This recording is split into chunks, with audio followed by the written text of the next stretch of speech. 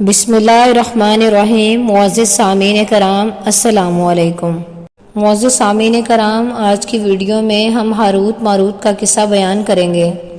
حضرت ادریس علیہ السلام کے زمانے میں انسان بہت بد عمل ہو گئے تھے۔ فرشتوں نے بارگاہ الہی میں عرض کیا کہ مولا، انسان بہت بدکار ہے اور یہ خلافت کے لائق نہیں ہے، انہیں معزول کر دیا جائے، یا کم از کم خلیفہ یہ رہیں اور وزیر ہم، تاکہ ہم ان کے بگڑے کام سنبھالیں۔ رب تعالیٰ کا ارشاد ہوا کہ اس کو غصہ اور شہود دیا گیا ہے جس سے یہ زیادہ گناہ کرتا ہے، اگر یہ چیزیں تم کو ملیں تو تم بھی گناہ کرنے لگو گے۔ فرشتے بولے کہ مولا کریم، ہم تو گناہ کے پاس بھی نہ جائیں، خواہ کتنا ہی غصہ اور شہود ہو۔ حکم ربی ہوا کہ اچھا، تم اپنی جماعت میں سے اعلیٰ درجے کے پرہیزگار فرشتے چھانٹ لو، ان کو غصہ اور شہود دے دیتے ہیں، پھر امتحان ہو جائے گا۔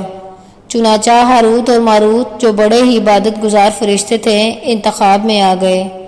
حق تعالیٰ نے ان کو یہ چیزیں یعنی غصہ اور شہود دے کر شہر بابل میں اتار دیا اور فرمایا کہ تم قاضی بن کر لوگوں کا فیصلہ کیا کرو اور روزانہ اسم اعظم کے ذریعے شام کو آسمان پر آ جایا کرو۔ یہ دونوں 1 مہینے تک ایسے ہی آتے جاتے رہے۔ اتنے عرصے میں ان کے عدل و انصاف کا عام چرچا ہو گیا اور بہت سے مقدمے ان کے پاس آنے لگے۔ ایک روز ایک نہایت حسین و جمیل عورت تھے جس کا نام زہرا تھا۔ یہ ملک فارس کی رہنے والی تھی۔ اس نے اپنے خاوند کے خلاف مقدمہ دائر کیا۔ یہ دونوں اسے دیکھتے ہی عاشق زار ہو گئے اور اس سے برے کام کی خواہش کی۔ اس نے کہا، میرا دین کچھ اور ہے اور تمہارا دین کچھ اور ہے، اور اختلاف ہوتے ہوئے یہ نہیں ہو سکتا۔ نیز میرا شوہر بہت غیرت مند ہے، اور یہ کہ میرا شوہر بہت غیرت مند ہے، اگر اسے خبر مل گئی تو مجھے قتل کر دے گا، لہٰذا پہلے تو آپ میرے بت کو سجدہ کرو اور پھر میرے شوہر کو قتل کرو، پھر میں تمہاری اور تم میرے۔ انہوں نے انکار کر دیا۔ وہ چلی گئی، مگر ان کے دل میں اس کے عشق کی آگ بھڑک گئی۔ آخر اسے پیغام بھیجا کہ ہم تیرے گھر آنا چاہتے ہیں۔ سر آنکھوں پر یہ دونوں اس کے گھر پہنچ گئے۔ اس نے اپنے آپ کو آراستہ کی اور ان سے بولی، یا تو آپ لوگ مجھے اسم اعظم سکھا دیں، یا بت کو سجدہ کریں، یا شوہر کو قتل کریں، یا شراب پی لیں۔ انہوں نے سوچا کہ اسم اعظم اسرار الہی ہے، اس کو ظاہر کرنا بہت ظلم ہے، بت پرستی کرنا شرک ہے، اور قتل حق العباد، لاؤ شراب پی لیں۔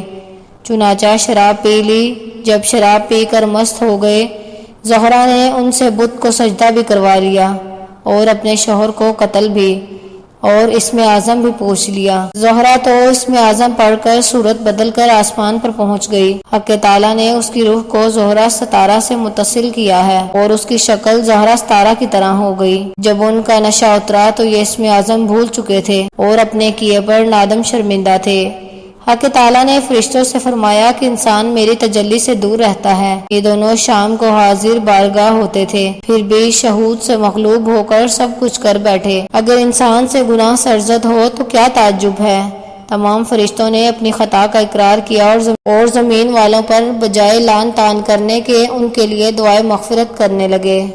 قرآن پاک فرماتا ہے، وَالْمَلَائِكَةِ يُسَبِّحُونَ بِحَمْدِ رَبِّهِمْ وَيَسْتَغْفِرُونَ لِمَنْ فِي الْأَرْضِ۔ پھر یہ دونوں حضرت ادریس علیہ السلام کی بارگاہ میں حاضر ہوئے اور شفاعت کے طالب ہوئے۔ آپ نے ان کے حق میں دعائے مغفرت کی۔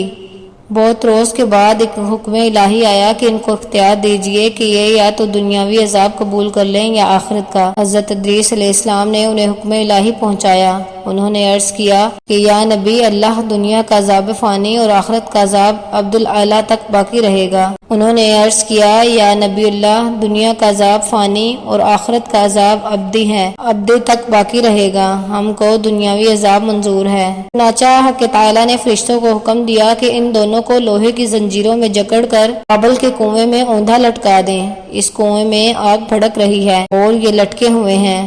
فرشتے باری باری سے ہر وقت ان کو کوڑے مارتے ہیں۔ سخت پیاس سے ان کی زبانیں باہر لٹکی ہوئی ہیں اور یہ عذاب قیامت تک ایسے ہی شدید رہنے والا ہے۔ معزز سامعین کرام، انسان خطا کار ہے، لیکن ہمیں چاہیے کہ ہم اپنی خطاؤں پر شرمندہ ہوں، نادم ہوں اور اللہ پاک سے مغفرت طلب کرتے رہیں، کیونکہ وہ بہت رحم کرنے والا ہے امید کرتی ہوں آج کی ویڈیو آپ کو پسند آئی ہوگی۔ ویڈیو اچھی لگی ہو تو ویڈیو کو لائک کیجیے گا اور بیل آئیکن کو پریس کر لیں تاکہ نیکسٹ آنے والی ویڈیو کا نوٹیفیکیشن آپ کو مل سکے۔ ملتے ہیں اسی طرح کی کسی دوسری ویڈیو میں، تب تک اپنا ڈھیر سارا خیال رکھیے گا۔ اللہ حافظ۔